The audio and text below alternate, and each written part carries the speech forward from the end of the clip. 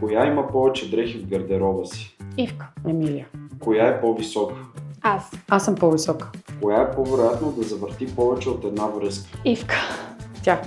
Тя по-вероятно да завърти повече мъже. Коя е по-вероятно да осъмне в друга държава? И двете.